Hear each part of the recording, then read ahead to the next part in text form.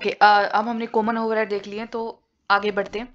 अब हम देखेंगे accounting for selling and distribution overhead.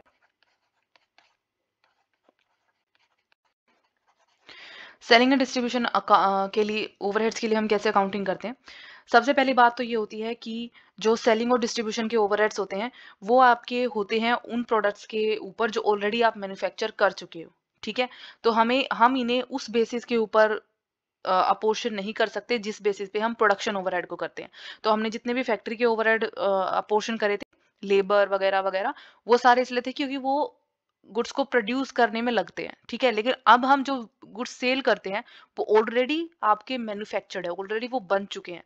तो इनको आप उस बेसिस पे नहीं अपोर्शन कर सकते जिस बेसिस के ऊपर आपने प्रोडक्शन ओवरहेड जो थे हमारे फैक्ट्री के ओवरहेड उनको किया था। पहली बात तो ये। दूसरी चीज ये कि आ, जो भी आपके प्रोडक्ट हैं, जो भी आप बेचते हो, ठीक है, उसके अंदर ट्रांसपोर्ट एक बहुत ही इम्पोर्टेंट रोल प्ले करता है। ट्रांसपोर्ट सेलिंग एंड डिस्ट्रीब्यूशन की कितनी कॉस्ट आएगी। इनफैक्ट ट्रांसपोर्ट की जो कॉस्ट होती है वो आपकी जितनी भी सेलिंग एंड डिस्ट्रीब्यूशन की कॉस्ट है उसका सबसे बड़ा पार्ट ट्रांसपोर्ट की कॉस्ट प्ले करती है। ठीक है, लेकिन लेकिन इससे सेलिंग और डिस्ट्रीब्यूशन के ओवरहेड तो अफेक्ट होते हैं, लेकिन इस ट्रांसपोर्ट से या ट्रांसपोर्ट की कॉस्ट से आपके प्रोडक्शन कॉस्ट जो है, मतलब गुड्स को प्रोड्यूस करने की जितनी भी कॉस्ट है, चाहे वो ओवरहेड हो, चाहे वो डायरेक्ट कॉस्ट हो, चाहे इनडायरेक्ट कॉस्ट हो, इस पर कोई प्रभाव नहीं पड़ता है। इसलिए नहीं पड़ता है क्योंकि ये कॉस्ट होती है आपकी जो ऑलरेडी आपकी यूनिट्स बन चुकी हैं, उनको बेचने के लिए आप, मतलब उनको ट्रांसपोर्ट करने के लिए आप करते हो। प्रोडक्शन कॉस्ट के ऊपर इसका कोई असर नहीं पड़ता। ठीक है, ओके। नाउ जितनी भी आपकी सेल है, उसकी जो भी टर्म्स एंड कंडीशन होती है, जो भी शर्तें होती हैं, वो सारी की सारी आपकी एक मार्केट से दूसरे मार्केट से में डिफरेंस होता है उनमें। ठीक है, एक मार्केट में कुछ टर्म्स एंड कंडीशन होंगी, दूसरे मार्केट में कुछ टर्म्स एंड कंडीशन होंगी। सो आपकी जितने भी, जैसे क्रेडिटर हो गया, क्रेडिटर का कमीशन हो गया, डिस्काउंट हो गया, ऑक्ट्रोई के चार्जेस हो गए, ड्यूटीज हो गए, इन सब चीजों का, ये जो टर्म्स एंड कंडीशन आपकी बदलती है, इन सब चीजों का सेलिंग एंड डिस्ट्रीब्यूशन ओवरहेड्स के ऊपर फर्क पड़ता है। ठीक है, और एक और इम्पोर्टेंट चीज जो आपको याद रखनी है कि जितने भी आपकी सेलिंग एंड डिस्ट्रीब्यूशन की कॉस्ट होती है वो सभी आप स्टैंडर्ड उसके लिए डिसाइड नहीं कर सकते। ठीक है, हम स्टैंडर्ड हर एक सेलिंग एंड डिस्ट्रीब्यूशन की कॉस्ट के लिए स्टैंडर्ड डिसाइड नहीं कर सकते, कि ये इंपॉर्टेंट चीज है। ओके, अब अकाउंटिंग जब हम करते हैं, ये तो हमने कुछ इंपॉर्टेंट चीजें पढ़ गई कि अकाउंटिंग करते समय हमें किन बातों का ध्यान में रखना है। हम सेलिंग और डिस्ट्रीब्यूशन ओवरहेड्स का एनालिसिस करते हैं। ठीक है, अलग अलग बेसिस पे एनालिसिस का मतलब है कि सेलिंग एंड डिस्ट्रीब्यूशन की जो ओवरहेड्स हैं उनको अलग अलग बेसिस पे डिफरेंट डिफरेंट पार्ट्स में डिवाइड करना। ठीक है, एनालिसिस करने का मतलब यही होता है, बांटना, कि नेचर के बेसिस पे 3 प्रकार के सेलिंग एंड डिस्ट्रीब्यूशन ओवरहेड होते हैं, फंक्शन के बेसिस पे इतने प्रकार के सेलिंग एंड डिस्ट्रीब्यूशन होते हैं, इसको हम कहते हैं एनालिसिस। तो एनालिसिस जो होता है सबसे पहला होता है आपका नेचर के बेसिस पे, कि जो एक्सपेंस है उसका नेचर क्या है, जो आपकी सेलिंग एंड डिस्ट्रीब्यूशन के ओवरहेड है उसका नेचर क्या है। ठीक है, सो नेचर के अकॉर्डिंग आप उनको एक कॉस्ट अकाउंट नंबर देते हो। ठीक है, और जिस भी हेड से वो बिलोंग करते हैं, नेचर के अकॉर्डिंग जिस भी हेड से वो संबंधित हैं उस हेड के अंदर उसको डाल देते हो। जैसे एक हेड हम मान सकते हैं हम सेल्स रेम्यूनरेशन, ये मान लीजिए एक हेड है। ठीक है, तो नेचर के अकॉर्डिंग जिस जिस जिस सेलिंग एंड डिस्ट्रीब्यूशन ओवरहेड का नेचर रेम्यूनरेशन होगा वो सारी इसके अंदर आएंगी। जैसे कमीशन, ठीक है, सैलरी, कोई वेजेस है जो सेलिंग से और डिस्ट्रीब्यूशन से संबंधित है, ये सारी रेम्यूनरेशन है बाय नेचर। ठीक है, तो ये सारी इस हेड के अंदर आएंगी। इसे हम कहते हैं जब हम नेचर के अकॉर्डिंग एक्सपेंसेस को बांटते हैं। ठीक है, दूसरा होता है आपका फंक्शनल एनालिसिस। फंक्शनल एनालिसिस होता है जब आप फंक्शन के बेसिस पे ओवरहेड्स को बांटते हो। ठीक है, सो फंक्शनल एनालिसिस के अंदर आपके आते हैं, जैसे आप अपनी बुक में देखोगे तो डायरेक्ट सेलिंग, एडवर्टीजमेंट, फंक्शन के बेसिस पे, क्योंकि डायरेक्ट सेलिंग का कुछ और फंक्शन होता है, एडवर्टीजमेंट का कुछ और फंक्शन होता है। ट्रांसपोर्टेशन, इसका एक फंक्शन होता है गुड्स को एक जगह से दूसरी जगह पे ट्रांसपोर्ट करना। वेयर हाउसिंग एंड स्टोरेज, इसका एक फंक्शन इसका फंक्शन ये होता है कि आपके गुड्स जो भी हैं उनको एक जगह पे स्टोर करके रखना। Credit and collection, financial, general administration और मिसलेनियस, ये 8 तरीके के खर्चे होते हैं जो आप फंक्शन के बेसिस पे जिनको आप बांटते हो। ठीक है, सबसे पहले हम क्या करते हैं, बाय नेचर एक्सपेंसेस को बांटते हैं कि उनका नेचर कैसा है। ठीक है, फिर हम क्या करते हैं, उनको फंक्शन के बेसिस पे एनालिसिस करते हैं। आपको बुक के अंदर ये टेबल दे रखी है एक, ठीक है, जिसके अंदर हमने फंक्शनल एनालिसिस दिखा रखा है सेलिंग एंड डिस्ट्रीब्यूशन ओवरहेड्स का। ओके, सो अगर आप यहाँ पे गौर से देखोगे, ये आपका कॉस्ट अकाउंट नंबर जो नेचर के अकॉर्डिंग आपको दिया जाता है। नेचर के अकॉर्डिंग सबसे पहले हमने सेलिंग एंड डिस्ट्रीब्यूशन के जितने भी आपके ओवरहेड थे उनको बांटा है। जैसे रेमुनरेशन एक नेचर है, warehousing, rent, insurance, postage, advertisement वगैरह वगैरह। ठीक है, अब ये है आपके वो 8, जिसमें मिसलेनियस इन्होंने इसी में जोड़ दिया जनरल में, जो आपके फंक्शन वाइज है। ठीक है, तो रेमुनरेशन में ये बेसिस ऑफ अपोर्शनमेंट है, जिस बेसिस पे आप बांट रहे हो।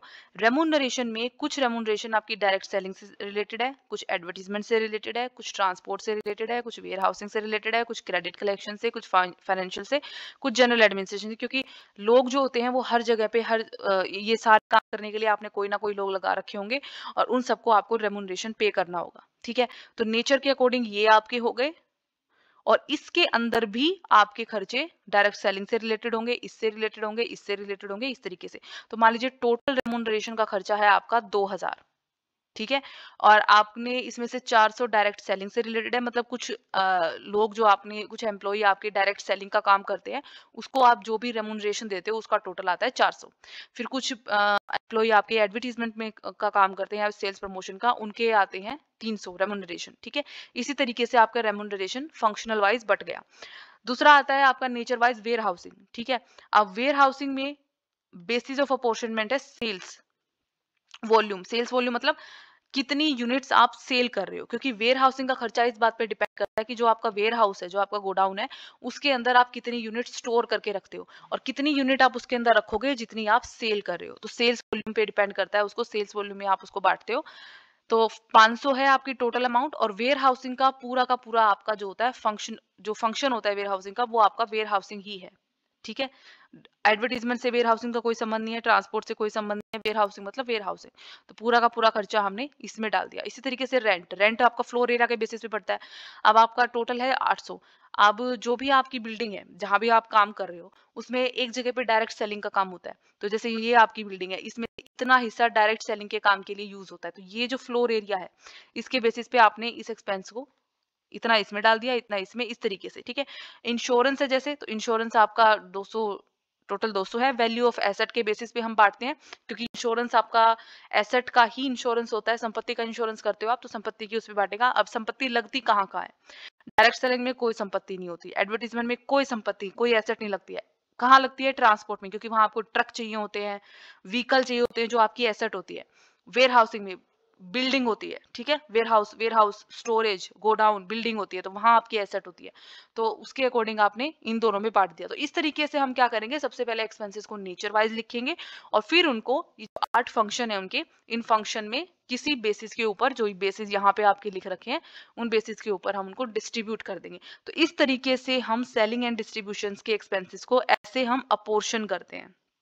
ठीक है, तो ये फैक्ट्री ओवरहेड से या ऑफिस एंड एडमिनिस्ट्रेशन से बिल्कुल अलग है। ओके, इसके बाद जो थर्ड चीज आती है, ये तो हम, ये हो गया एनालिसिस बाय फंक्शन, ठीक है, फंक्शनल एनालिसिस। तीसरा आपका है एनालिसिस बाय प्रोडक्ट्स। ठीक है, ओके,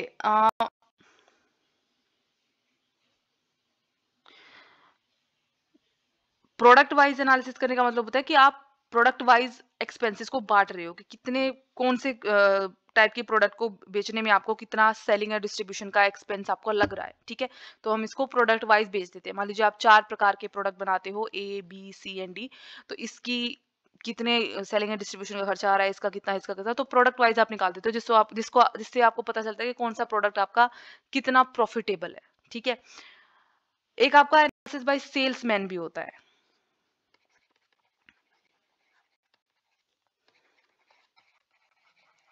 ठीक है। एनालिसिस बाय सेल्समैन का मतलब ये होता है कि जैसे हम कॉस्ट पर यूनिट निकालते हैं ना, जब भी हम प्रोडक्शन कॉस्ट या फैक्ट्री ओवरहेड जो हम बांटते हैं, तो हम उनको कभी कभी कॉस्ट पर यूनिट मतलब जितनी यूनिट आपने प्रोड्यूस की है उसमें बांटते हो। यहाँ पे हम क्या करते हैं, हम पर सेल्समैन निकालते हैं।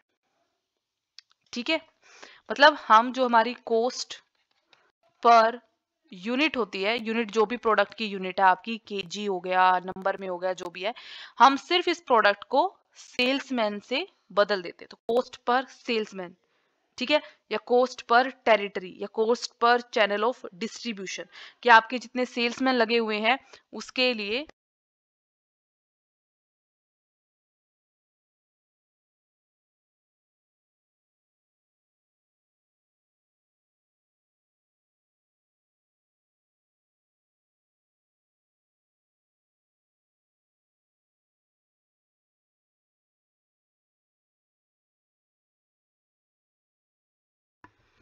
आपको जो है कितनी कॉस्ट आ रही है पर सेल्समैन या पर जो भी आपका टेरिटरी है। ठीक है, जैसे भिवानी पर भिवानी दादरी में आप काम कर सेल एंड डिस्ट्रीब्यूशन करते हो, तो पर टेरिटरी होगा भाई भिवानी में कितनी, दादरी में कितनी, इस तरीके से। ठीक है, ओके, तो ये हो गया आपका कि हम कैसे कैसे डिस्ट्रीब्यूट करते हैं।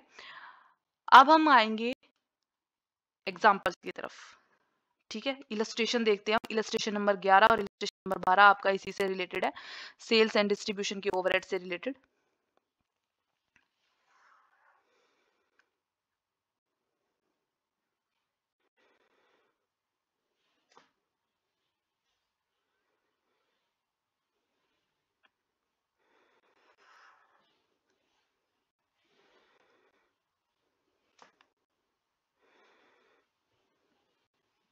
तो सबसे पहले हम इलस्ट्रेशन नंबर 11 देखते हैं क्या कह रहा है। इस चीज को ध्यान से पढ़ना। लॉन्ग थीन एंड कॉर्पोरेशन नाम की एक कंपनी है जिसके पास 3 सेल्समैन है। तो सेल्समैन वाला याद है ना, पर सेल्समैन। ठीक है, और ये इंफॉर्मेशन आपके पास है अगस्त 2010 के लिए। ठीक है, सेल्समैन की सैलरी है आपकी 2000, जिसको आपने ऑलरेडी बांट रखा है। एक्स वाई जेड 3 सेल्समैन है, एक्स को आप 500 देते हो, वाई को 700 और जेड को 800। तो हमें कुछ भी बांटने की जरूरत नहीं है बेसिस पे। ठीक है, कमीशन, अगर इसको बेसिस पे बांटते हम तो हम बेसिस ले सकते थे कि कितनी इन्होंने एक्चुअल सेल की है। ठीक है, इसका कितना परसेंटेज है टोटल सेल में, इसका कितना परसेंटेज है टोटल सेल में, इसका कितना परसेंटेज है उस बेसिस पे। लेकिन यहाँ सैलरी हमारी फिक्स है तो हमने वो कर दिया। फिर आप इनको कमीशन भी देते हो। कमीशन है 2% ऑन सेल्स। ठीक है, 2% ऑन सेल्स का मतलब है एक्स ने जितनी सेल करी उसका 2% एक्स को मिलेगा, वाई ने जितनी सेल करी उसका 2% वाई को मिलेगा, और जेड ने जितनी सेल करी उसका 2% जेड को मिलेगा। ट्रैवलिंग के खर्चे हैं आपकी जो भी फिक्स्ड है, हमें बांट के दे रखे हैं। पोस्टेज और स्टेशनरी का 90 इक्वली बांटने हैं, तो 30-30-30 के बटेंगे। ठीक है, टेलीफोन एंड टेलीग्राम के ये जो देखिए आप ये ध्यान में दोगे ना, ये ऑफिस एंड एडमिनिस्ट्रेशन के खर्चे हैं जो सेलिंग एंड डिस्ट्रीब्यूशन में बांट रखे हैं। क्यों? क्योंकि इनका इस्तेमाल, इस पोस्टेज और स्टेशनरी का और इस टेलीफोन और टेलीग्राम का इस्तेमाल सेल्समैन ने किया है सेल्स के लिए, इसे इसलिए हमने इसको सेल्स सेलिंग एंड डिस्ट्रीब्यूशन उसमें डाल दिया। ठीक है, ऐड कर दिया, अपोर्शन कर दिया। तो पोस्टेज और स्टेशनरी के हो गए आपके, टेलीफोन और टेलीग्राम के हैं आपके इतने इतने, हमें दे रखे कितने हैं। सेल्स ऑफिस के एक्सपेंसेस है 1000 और सेल्स के रेशो में बटने हैं। सेल्स का रेशो क्या है, सेल्स आपकी है, टोटल सेल है 20,000, जिसमें से एक्स ने 8,000 रुपए की सेल करी है, वाई ने 4,000 रुपए की सेल करी है और जेड ने 8,000 रुपए की। तो सेल्स रेशो हो गया 8, 4 और 8। ये आपका सेल्स रेशो है। ठीक है, कॉस्ट ऑफ सेल है आपकी 60% of sale. Okay, so cost of sale हम इस तरीके से निकाल देंगे। अब हम आ जाते हैं क्वेश्चन के ऊपर। आपको सेल्स परफॉर्मेंस स्टेटमेंट निकालनी है। सेल्स परफॉर्मेंस का मतलब है किसकी परफॉर्मेंस की बात हो रही है, यहाँ पे इन 3 सेल्समैन की परफॉर्मेंस की बात हो रही है। तो बेसिकली हमें क्या निकालना है, हमें ये निकालना है कि तीनों सेल्समैन ने कितनी कितनी सेल करी और इन्होंने उस सेल को करने के लिए कितने कितने खर्चे करे, कितने ओवरहेड करे, और किस पर्सन की सेल सबसे ज्यादा प्रॉफिटेबल थी कंपनी के लिए। ठीक है, तो सबसे पहले हमें क्या करना पड़ेगा, हमें तीनों के सेल और तीनों ने जितने भी लागत लगाई है, जितनी भी एक्सपेंसेस करे हैं उस सेल को करने के लिए, वो अलग अलग निकालनी पड़ेगी। ठीक है, तो स्टार्ट करते हैं। सबसे पहले हमें सैलरी दे रखी है तो हम सबसे पहले सैलरी का निकाल लेते हैं। ठीक है, ये अपोर्शनमेंट है। तो सैलरी देखो हमारे पास 3 वो है, एक्स, वाई, जेड। पहले से ही बैठ रखी है सैलरी। एक्स की है 500 सैलरी आप देते हो इसको, वाई को आप 700 देते हो और जेड को आप 800 देते हो। ठीक है। कमीशन है 2% ऑन सेल, तो हर एक ने जितनी सेल करी है उसका, एक्स ने 8,000 रुपए की सेल करी है तो इसका 2% हो गया, इसका 2% हो गया 160। वाई ने 4,000 की सेल करी है तो इसका 2% आपका हो गया 80। और इसने जेड ने करी है आपकी 8,000 की सेल तो इसका 2% हो गया वही 160। ठीक है। तीसरा आ जाते हैं हम ट्रैवलिंग के एक्सपेंसेस। किसने कितना लगाया ट्रैवलिंग करने पे? तो ट्रैवलिंग एक्सपेंसेस में एक्स के 200 रुपए लगाए, वाई ने लगाए 100 रुपए और जेड ने लगाए हैं 300 रुपए। फिर हम आ जाते हैं पोस्टेज पे। 90 को इक्वली में बांटना है, तो टोटल 90 है, तीनों में एक इक्वल बांटना है, तो 30, 30 और 30। ठीक है। टेलीफोन के हमें पहले से ही दे रखे हैं, एक्स के हैं 50,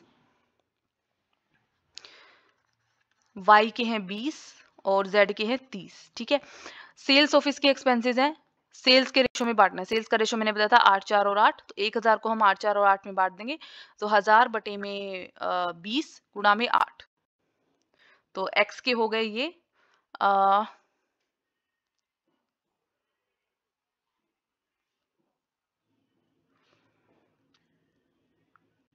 5, 8 पंजे 40, 400। तो एक्स के हो गए 400, वाई के हो जाएंगे 5 के 20, 200 और इसके भी 400 क्योंकि इसने भी 8,000 की सेल करी है। ठीक है। कॉस्ट ऑफ सेल है 6 कितनी आपकी 60% ऑफ सेल। ठीक है। कॉस्ट ऑफ सेल यहाँ नहीं बटेंगे, चलो कॉस्ट ऑफ सेल भी बांट देते हैं, तो 60% ऑफ सेल। ठीक है। 8,000 का 60% है 8 6 48, 4800। 4,000 का 60% है 2400 और उसकी भी ए के बराबर एक्स के बराबर की सेल है तो वो भी आपका 4800। ठीक है। ये हो गई हमारी कॉस्ट ऑफ सेल्स। सारे खर्चे हमने और सारे सेल का तो हमें पता ही है कि इसने कितनी सेल करी, तो बांटने की जरूरत नहीं है। इसने 8,000 की करी है, इसने 4,000 और इसने 8,000। ठीक है। हमें सब पता है। अब हमें निकालना क्या है? Performance, sales performance. तो इन तीनों की अब हम परफॉर्मेंस निकालते हैं कि किसने कितनी अच्छी परफॉर्मेंस करी है, मतलब किसने कंपनी के लिए जो ज्यादा फायदेमंद रहा है। ठीक है। तो हम यहां लिखेंगे सेल्स परफॉर्मेंस स्टेटमेंट। ठीक है। X, Y, Z total. अब सेल्स परफॉर्मेंस कैसे निकालनी है? बेसिकली सेल में से सारे खर्चे घटाने हैं तीनों के। ठीक है। तो सबसे पहले हम लेंगे सेल्स कि किसने कितनी सेल करी। टोटल सेल हुई है 20,000, एक्स ने करी है 8,000 रुपए की सेल, वाई ने करी है 4,000 रुपए की सेल और जेड ने भी करी है 8,000 रुपए की सेल। सेल हो गई। अब हम इसमें से निकालेंगे कॉस्ट ऑफ सेल कि सेल को करने में कितनी लागत आ रही है आपकी। टोटल है 12,000, उसको हमने सेल के रेशो में बांटा था, तो इसके आए थे 4800, इसके आए थे 2400 और इसके भी आए थे 4800 क्योंकि सेम सेल है दोनों की। ये हमने कर दिए इसमें माइनस। ठीक है।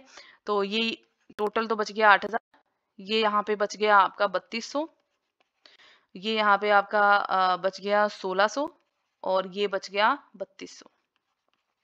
क्लियर। अब हम आ जाते हैं नेक्स्ट के ऊपर, सेलिंग एंड डिस्ट्रीब्यूशन की कॉस्ट। ठीक है। ये तो थी कॉस्ट ऑफ सेल, ये अलग है। ठीक है। सेलिंग एंड डिस्ट्रीब्यूशन की कॉस्ट क्या? सेलिंग एंड डिस्ट्रीब्यूशन की ओवरहेड। ये जो सेलिंग एंड डिस्ट्रीब्यूशन की ओवरहेड यहां तक थे। ठीक है। तो एक बार हम इसको टोटल करते हैं। एक्स वाले को 500 प्लस 160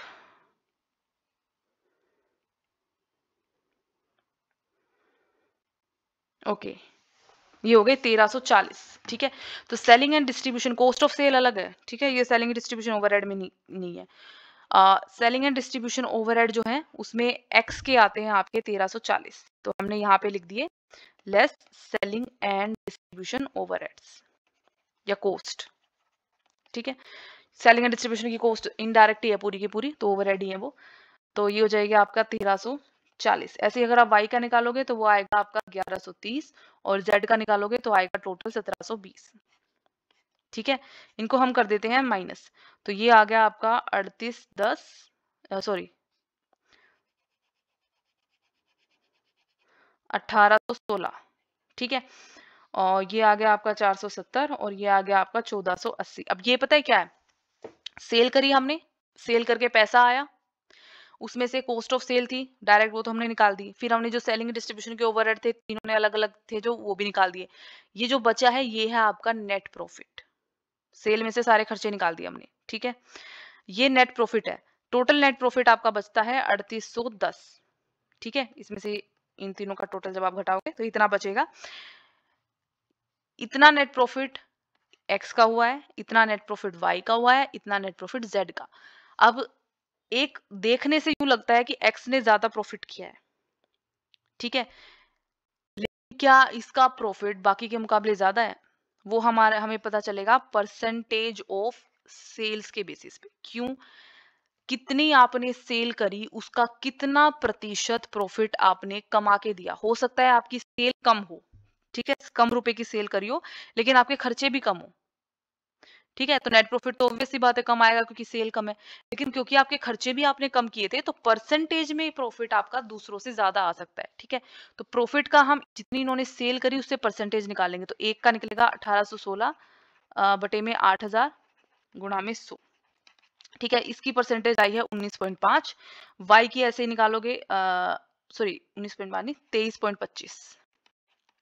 वाई की निकालोगे आप 470 बटे 4000, तो ये आएगी आपकी 11.75 और जेड की निकालोगे तो 18.5। तो परसेंटेज ऑफ सेल के अकॉर्डिंग भी एक्स ने सबसे अच्छी परफॉर्मेंस दी है हमें। ठीक है, अब एक और चीज हम निकाल सकते हैं, percentage of selling and distribution overhead on sale, कि जितनी आपने सेल करी, ठीक है, ये तो कॉस्ट ऑफ सेल तो डायरेक्ट है, ये तो आनी थी, ये तो आनी ही थी। ठीक है, लेकिन जितनी आपने सेल करी उसके बदले में आपने कितने सेलिंग एंड डिस्ट्रीब्यूशन के ओवरहेड करे, तो हम क्या करेंगे, तीनों के जितने भी सेलिंग एंड डिस्ट्रीब्यूशन की ओवरहेड है इसको सेल से डिवाइड करेंगे और 100 से मल्टीप्लाई करके परसेंटेज निकाल लेंगे। तो एक्स की परसेंटेज आती है 16.75, वाई की आती है 28.25 और जेड की आती है 21.5। तो आप देख सकते हो वाई के सेलिंग एंड डिस्ट्रीब्यूशन के ओवरहेड जो है इसने सेल्स के परसेंटेज में 28.25% सेलिंग एंड डिस्ट्रीब्यूशन ओवरहेड कर रखा है, मतलब इसने बहुत ज्यादा ओवरहेड कर रखे हैं। ठीक है, यानी आपका वाई सेल्समैन सबसे कम प्रॉफिटेबल है क्योंकि इसके प्रॉफिट कम दिया है, ऊपर से इसकी ओवरहेड भी ज्यादा है। ठीक है, तो वाई वाला आपके लिए सबसे कम प्रॉफिटेबल है, आप चाहो तो इसको डिस्कार्ड कर सकते हो। ठीक है, अब 12th इलस्ट्रेशन देखते हैं, वो भी इसी से संबंधित है।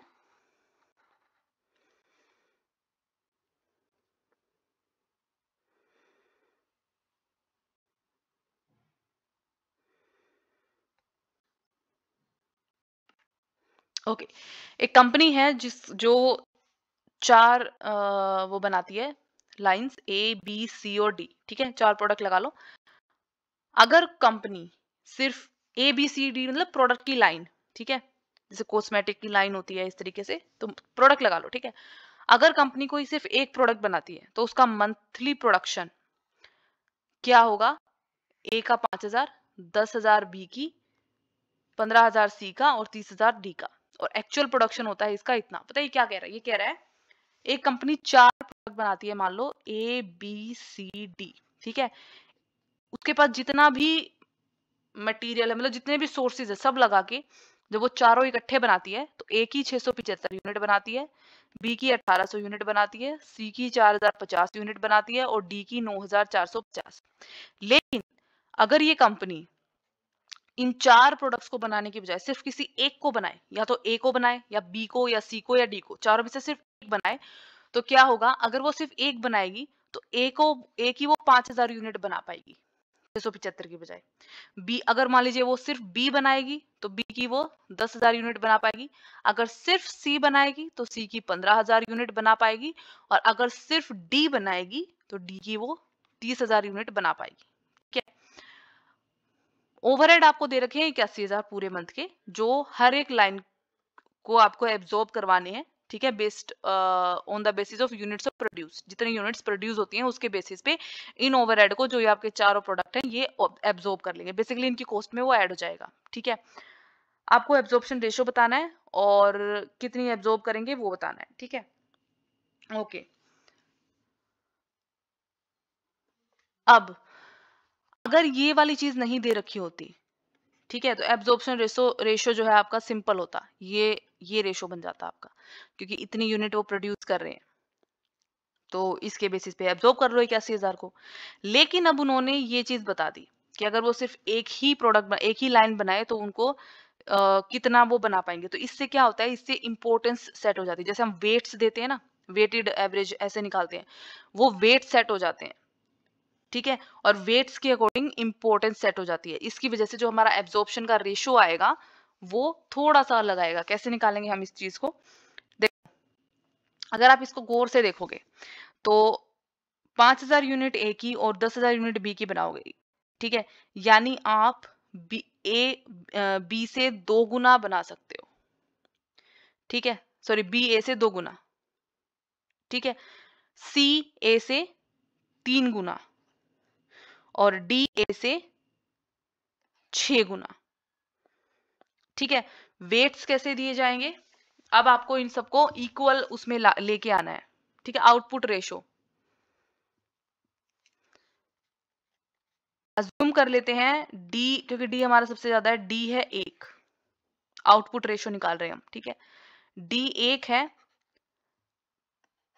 डी ए से 6 गुना है। ठीक है, अगर इनको बराबर बनाना होगा तो हमें ए को 6 गुना बनाना पड़ेगा, यानी डी की 1 यूनिट ए की 6 यूनिट के बराबर है। कैसे, डी का 30,000,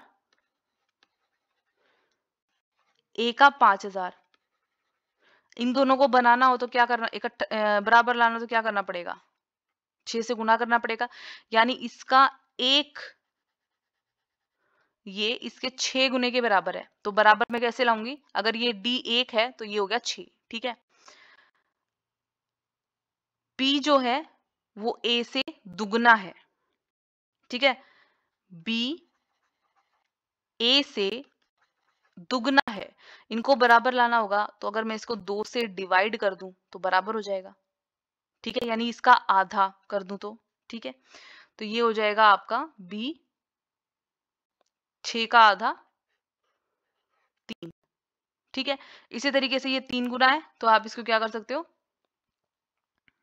3 से डिवाइड कर दो, 3 दूनी 6। अब ये हो गए बराबर।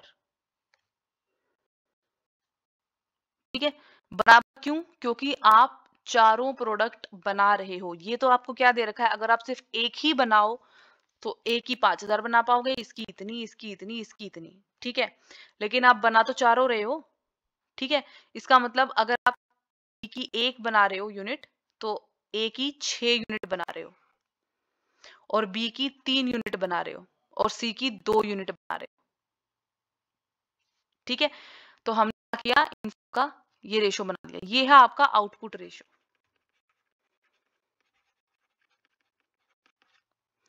ठीक है, अब एब्जॉर्प्शन रेशो निकालना है हमें। आउटपुट रेशो पता है क्या है, आउटपुट रेशो का मतलब है ये जो आप यूनिट बना रहे हो, 675, 1800, 4050, 9450, इनका रेशो ये है। डी की 1 यूनिट ए की 6 यूनिट्स के बराबर है। ठीक है, एब्जॉर्प्शन रेशो कैसे निकलेगा, इन दोनों को मल्टीप्लाई कर दो, टोटल यूनिट जो आप प्रोड्यूस कर रहे हो उसको आउटपुट रेशो से आप मल्टीप्लाई कर दोगे तो ये आएगा 4050, ये आएगा 5400, ये आएगा 8100, और ये आएगा 9450। इन सब का रेशो आएगा आपका एब्जॉर्प्शन रेशो। ये हो जाएगा आपका 3, 4, 6, 7, और जो 81,000 है उसको हमें एब्जॉर्प्शन रेशो में बांटना है, तो बांट दोगे। ठीक है, 81,000 बटे में इन सब का टोटल आएगा आपका 20, गुणा में 3 ये इसका हो जाएगा, गुणा में 4 इसका, गुणा में 6 इसका, गुणा में 7 इसका। इस तरीके से हम इन एक्सपेंसेस को बांट देंगे। तो ये हो गया आपका accounting and absorption of selling and distribution overheads.